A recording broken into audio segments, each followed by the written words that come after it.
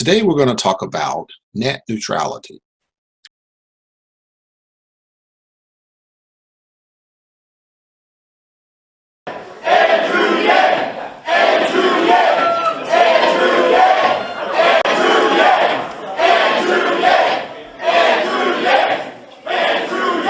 So many people.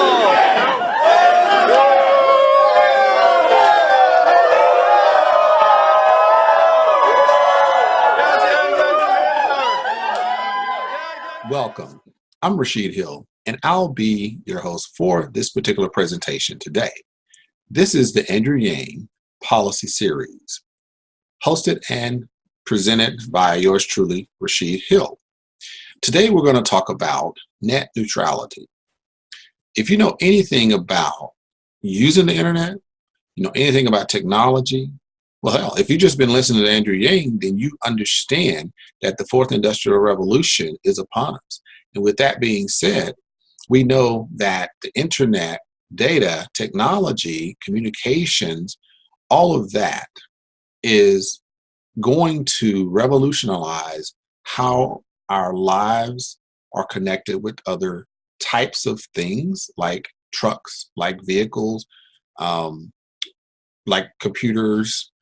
There are so many different types of connections that are made every single day that have been taken to another level with the advent of 5G and IoT, or Internet of Things. Then you have VOX, which is vehicle of everything. And these are connections that are made through the technologies that have been in the works for years. And as Andrew Yang says, you know, China is light years ahead of the US when it comes to AI and different emerging technologies. Obviously, he doesn't go into all of them, but in my personal research, you have blockchain technology, you have 5G, they're even working on 6G. So fifth generation NR or even LTE advanced is nothing compared to what the Chinese are doing as far as making connections with the new technologies and creating a way to dominate in the next century with the way they are actually creating and utilizing technology. So in this talk today, I'm going to talk about net neutrality and the policy that Andrew Yang proposes for that particular part of the internet revolution that we are faced with today. So in net neutrality, I'm going to go into the policy proposal as well as give you some case study based on what's going on here in California, because I think that'll be interesting for those that are in California and those that are outside of California, because it has reached beyond this state and is covering a few other states. About 30 states have adopted their own type of policy or procedure or law concerning net neutrality and the internet and access to the availability of the internet. If not the most significant technological development of the past 50 years, the internet is certainly somewhere at the top of the list. It's enabled an unprecedented dissemination of knowledge to the vast majority of Americans while also becoming an integral part of our economy and the way we entertain ourselves. It's an essential part of our modern lives. The repeal of net neutrality protections threatens the free internet of all Americans. It is imperative that we protect this technology so that all Americans can continue to enjoy unfettered and affordable access to the internet. So when you think about net neutrality, what comes to mind? Somebody or some agencies that have more control than others is basically dominating the space in order to create or lobby or influence policy that has creeped up to the level of government or Congress. So let me give you some background on this, and I'm going to share the screen a little bit because I'm going to be talking about the California net neutrality bill and how that became a big deal in 2018. So what we have is the availability of information based on the California net neutrality bill. So in 2018, the internet and wireless providers, Comcast, your Verizon, your AT&T, Time Warner, they basically all appear to have more incentive than ever to play favorites with the sites and apps that people access. But in California, they were poised to curtail how these carriers can use their customers' internet access. So basically, in 2018, California state legislators approved a bill that will require internet and wireless providers to treat all internet traffic equally. This is what net neutrality is all about. Now, previously, Obama and his administration passed a law in 2015 that basically stopped the companies from deciding who to give access to and who not. When to speed up access to a site that they wanted you to go to, and then when to slow down access or hamper access to sites that they didn't want you to go to. So you know how what we call buffering may not just be an internet disruption based upon the weather or based upon lines or based upon the speed. A lot of times what we thought was natural causes was actually the companies slowing down or speeding up access to a site that either they have a vested interest in or they just charge you extra to get to that site because they say, hey, if you want, to download videos from one of our partner sites, okay, we'll offer you this plan where they're charging you more and they give you a little extra download speed. Instead of 5 gig, you get 8 gig or 9 gig or even up to 10 gig. But you're going to pay from 50 to 80, maybe over $100 per month just for that access. But then if you go to those same sites and you have a lower plan, then it doesn't work as good. And so this right here is a trick that we as lay people, not knowing the ins and outs of the telecommunication industry, we were victims to that. And Andrew Yang wants to put a stop to it, just like Obama wanted to put a stop to it. But as soon as Obama left office, what do you think happened? Of course, they decided to repeal that particular policy. So what is net neutrality? Based upon the definition of, in this case, against these companies, California against these particular telecommunication companies, net neutrality is the idea that companies providing access to the internet, like Comcast or AT&T, shouldn't make it easier or more difficult for people to access certain sites or apps. AT&T shouldn't be able to make its subscribers pay a delivery fee for access to Netflix while letting them stream video from AT&T owned HBO without any extra fees. So at faster download speeds or without counting against their wireless data plans. In short, there should not be a toll road for internet traffic. But that's what AT&T and Comcast, which we all know how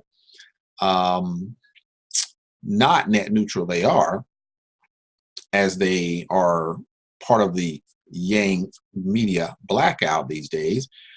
This is just another part of what they do against the people, against the American people every single day. So why did California decide to pass its own net neutrality law? Well, a couple of reasons. In December of 2018 or 2017, the Federal Communications Commission voted to repeal the net neutrality rules that were put in place in 2015. So we know in 2015, Obama was in office. In 2017-18, Trump is in office. Those rules had barred internet and wireless providers from slowing down access to certain sites or apps while demanding payment from others in exchange for faster delivery speeds. criminals, man. If California's bill becomes law, it would forbid internet and wireless providers from speeding up or slowing down or blocking access to certain sites or apps, and from demanding they pay the providers for people to access these properties. So what's different about California's bill? California's bill says net neutrality sounds like a good thing to protect, so why are businesses against it? Net neutrality is against what the companies have been doing forever. And so here's something they call zero rating. So in the zero rating, they talk about it's especially important issue as providers like Comcast, AT&T, and Verizon also own their media companies and could use zero rating to incentivize people to use those sites or apps in favor of competitors' properties.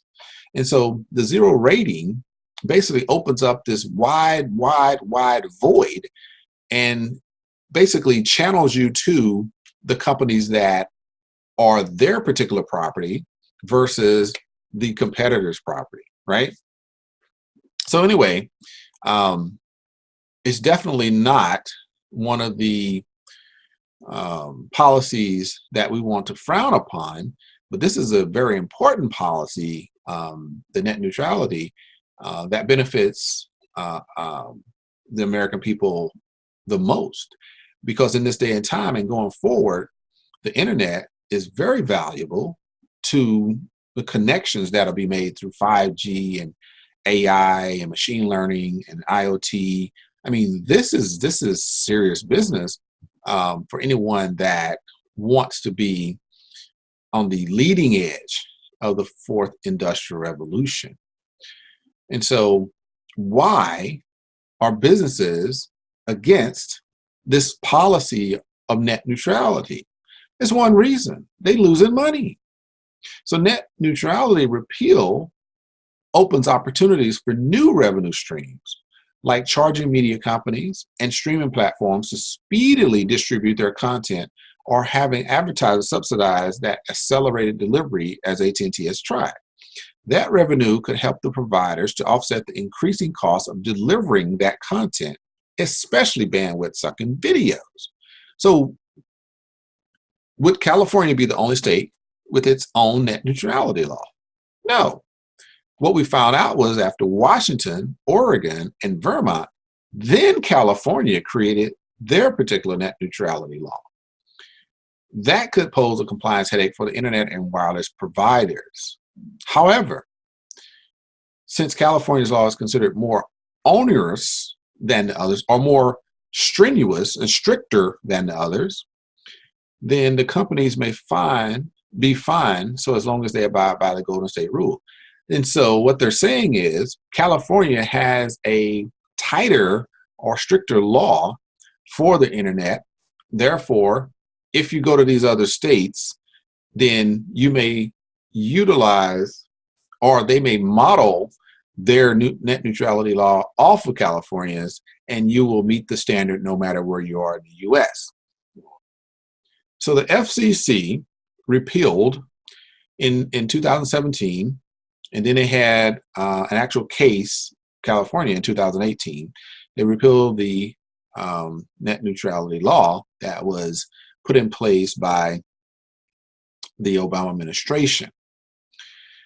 So states have sidestepped this FCC's decree because they say there's a loophole because it's unclear if the FCC has the authority to make such a demand.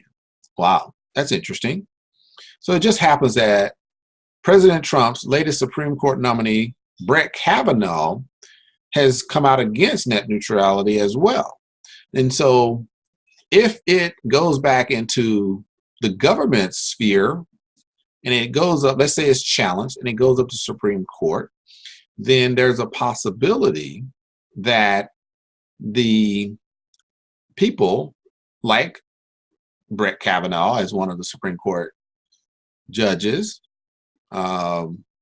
if he was in place, then it will probably not pass in the Supreme Court in favor of the people, but it probably will be in favor of the companies that are affected based on lobbyists, based on, the influencers out there in that particular space, in the telecom space. So why doesn't Congress take up this issue? Well, Congress, they may have to. Now, this is probably the most important part of this topic. The internet and wireless providers could lobby federal legislators to pass a nationwide net neutrality law. Now, that will be interesting because the policy that California sets is going to go a long way towards pushing net neutrality back in front of Congress. And the good thing is this, and this is why I say this is probably the most important section, because Andrew Yang has already made the proposal to institute this net neutrality law, so everybody has equal access to faster speeds, downloads, uploads, internet access, anytime, anywhere, without having to be victim to these companies slowing it down or speeding it up to benefit them versus at the expense of the American people. And so why doesn't Congress take up this issue? Well, guess what? If Andrew Yang is in office, then it probably will be something that Congress will have to take up. And until then, we have California in October of 2019, just about a month ago, said that a federal appeals court upheld the government's repeal of net neutrality rules. The court affirmed that the Federal Communication Commission decision to classify internet service providers as Comcast, AT&T as information services as opposed to telecommunication services. And so basically what they're saying is the telecom companies might not have liked what Obama put in place yet. At least they had some uniformity and still good latitude to do what they've been doing, is just charging hidden fees, and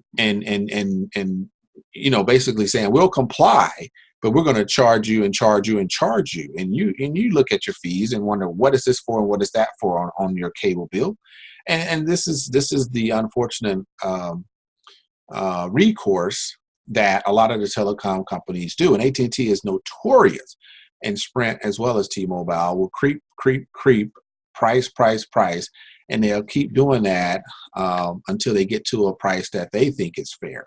Cox Cable did it to me just recently, and I asked them, "What are you giving me that is of value to the price that you're increasing my monthly fee for your service?" And they said, "Oh, every now and then we'll raise the price because we are upgrading our systems." Not my issue. You're already charging me way too much. So why are you charging me extra when you upgrade your systems? But anyway, I digress. But repealing net neutrality, they will be duly challenged by every state that sets their own rules. And so with the nationwide or national policy, everybody has to follow that. It's uniform. There's no question.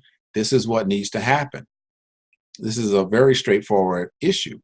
But now with Trump's idea to repeal it and put it back into the hands of the states, then you're going to have case after case after case, and everybody's going to have a different set of rules. And so you could be in Texas following one policy, and you can be in California following another policy, and your internet could be jacked up all over the nation. So I think it's kind of crazy that we have to go through stuff like this. But at the end of the day, well, we have to do what we got to do. And we're in the country that provides us with the latitude, gives us the ability to make these type of decisions. That's what capitalism is all about. That's what free enterprise is all about. And so it may not be perfect, but it's the best we got right now. Therefore, if we can get Andrew Yang in office, we may have a better chance at a better future. So on top of keeping ISPs classified under Title II, competition should be increased through local loop unbundling. This would provide startups with access to the expensive final wires connecting the internet backbone to residences so that they can innovate and compete in an otherwise stifled market. By doing so, prices will come down away from their current monopoly levels and thus increase internet access further. So Andrew Yang goes on to say, whoever has the most money or clout is a terrible way to decide who gets the most bandwidth on the internet. Net neutrality has served us well and should continue to be the law. And as I said, with the California case, it talked about how this is affecting us by the AT&Ts, the Verizons, basically Comcast and Time Warner. Cox is another one. They didn't throw that in there, but they're one of the problems as well. But at the end of the day, the issue is, let's open up more bandwidth and let you get access to the ones that support or they make money off of, and the other sites that you want to go to and maybe download a movie, they don't want to give you the access to that, and they just make it look like it's a problem with the internet, natural causes, nothing that we can do about it. So Andrew Yang wants to do something about it. What problems does he want to solve? One, reclassifying ISPs under Title I allows them to begin slowing down your internet and charging you more for services you currently enjoy as part of your internet package. So that's one problem he wants to solve. The second problem he wants to solve is competition is stifled in the ISP market, which drives prices up to monopoly levels. So with limited amount of companies that have cornered the market, got a monopoly on the internet service provider market, that stifles competition, raises prices. So these are two things that are problems that Andrew Yang wants to solve. What are his goals for solving those problems? One, keep internet service providers from throttling the internet or charging more for access to certain online resources. Two, increase competition between internet providers to keep prices under control and allow for innovation. Boom. And so, funny thing about that, telecommunications is, anyway, I'm working on a contract at work, and we meet the different vendors. And so recently there were 2 new vendors that joined 3 other vendors. So now we have 5 vendors on this contract. And so when we monitor this contract, we're constantly in contact with the old and new vendors. Well, we saw a name and nobody knew who this company was. It wasn't the big 3, it wasn't the big 4, but there was this other company. And we're like, where did this come from? And so we're sitting there getting ready to meet these people. And when they came in, of course, we had went on the internet and we did some research or whatever. And I kept trying to figure out, how did they fit into this particular group of telecommunication companies? Come to find out, they're not a telecommunication company. There are a multiple service provider, so a virtual operator. So they're like a virtual telecommunication operator that can access or buy services from the big companies, AT&T, Sprint, T-Mobile, Verizon. They were basically aggregators or resellers. That's what we used to call them. And but here's the benefit. I say that to say this. Even though it wasn't the big carriers, that the government has went into an area where they didn't used to go. But when Andrew Yang talks about one of the goals is to increase competition between internet providers to keep prices under control and allow for innovation. This is an innovative company, and they're already setting up for 5G on their own without going through these other companies. They have the infrastructure and they have access to the IoT sensors, and they have some proprietary things that they do with SIM cards that nobody else does. And so what they've done is disrupted most of the quote unquote, not necessarily monopoly, but kind of a oligopoly of sorts with these telecommunication companies, since it's only a few that's pretty much running the show. But they've slid in there because they found a niche and they've exploited it and got a contract with the government by doing that. And so what they're doing is working based upon what Andrew Yang is proposing to do. And so what is Andrew Yang proposing to do as president with net neutrality?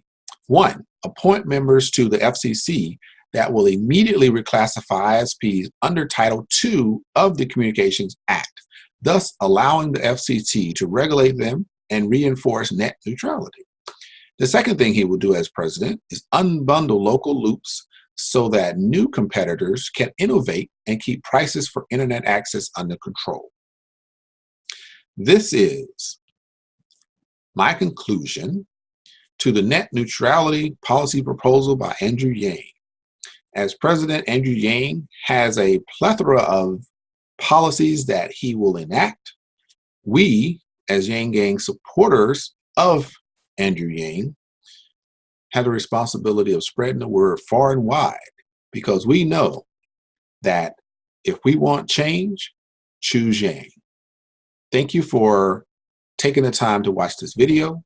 I invite you to watch the next video. We're going to talk about small business, and we're going to talk about small businesses getting paid on time, and we'll expand that out to some of his other valuable policy proposals as we go on. I thank you for your time. I thank you for your attention, and I thank you for subscribing to my channel. Like, subscribe, comment. It is a pleasure talking, speaking, and presenting to you.